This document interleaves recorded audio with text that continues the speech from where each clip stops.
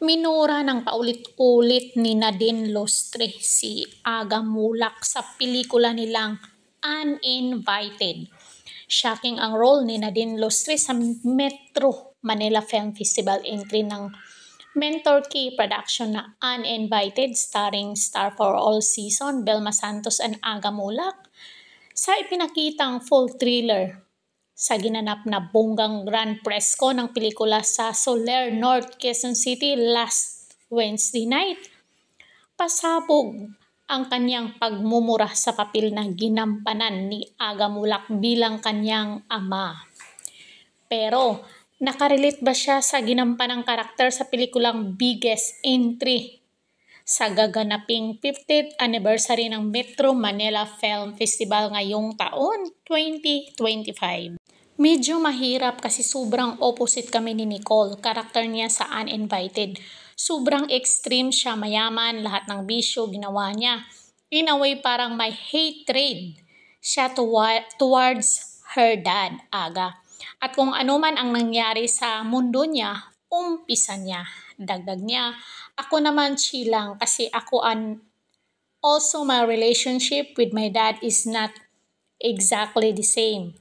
Pero ang similarity siguro namin ni Nicole is pareho kaming palaban. Saad ni Nadine.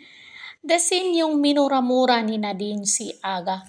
Actually was very hard kasi every time after ng eksena naalala ko palaging may added scene si Kuya Aga na as in. After the scene, paglabas ko ng pintuan, tawa ako ng tawa. I don't know if it's gonna be in the film pero iba talaga ang pakiramdam na makaiksina ko si Kuya Aga.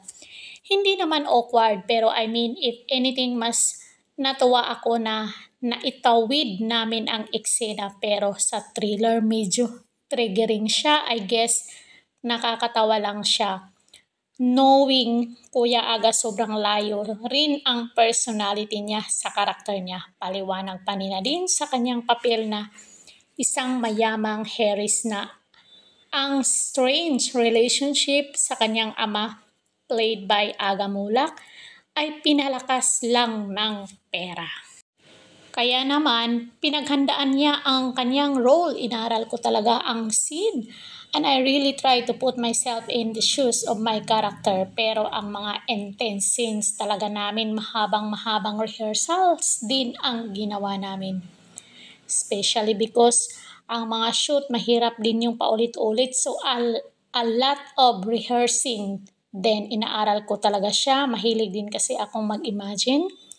I think one of the skills that I have is that I really put myself in the shoes of my character. So kahit hindi ko napagdaanan or wala akong experience sa bagay na naranasan ng karakter ko, parang naramdaman ko na rin siya. Mahabang paliwanag ng aktres na aminadong malaman niya sina Ate V ang makakasama niya sa pelikula ay hindi pa naman niya alam kung anong role ay tinanggap na kaagad niya ang pelikula. Siyempre, Aga Mulak at Vilma Santos na choosy ka pa ba? Mga veteranong aktor at aktres.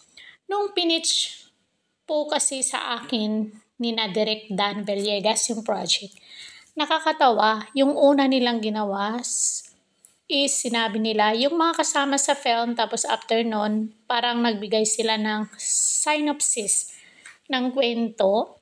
Hindi pa tapos yung pag-explain nila direct doon. Ang all, sabi ko direct, game na kwento pa niya sa ginanap na press con.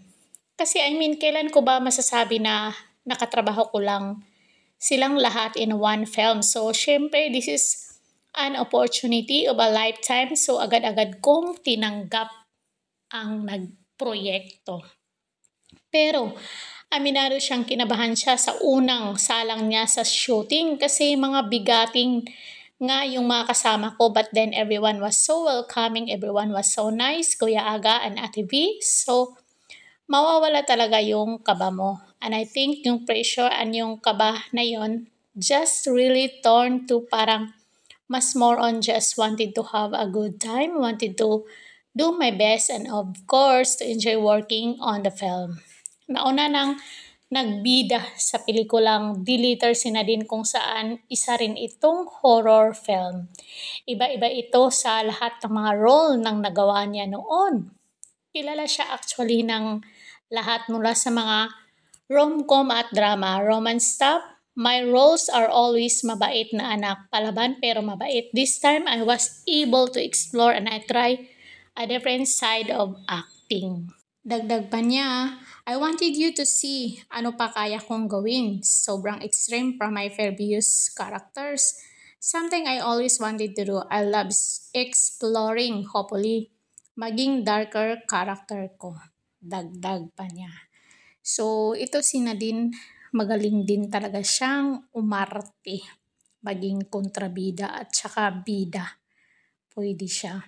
So, anong say nyo dito sa malutong na mura ni Nadine para sa kanyang dad na si Aga Mulak sa karakter niyang sa binagbibidahan nilang Uninvited? Comment kayo dyan sa baba. Kung bago pa lang kayo dito sa ating channel, please like, share, and subscribe. Please hit the notification bell para updated kayo lagi at ma-notify kayo sa mga latest kong upload. Caridad Official TV, hanggang sa muli and thank you so much.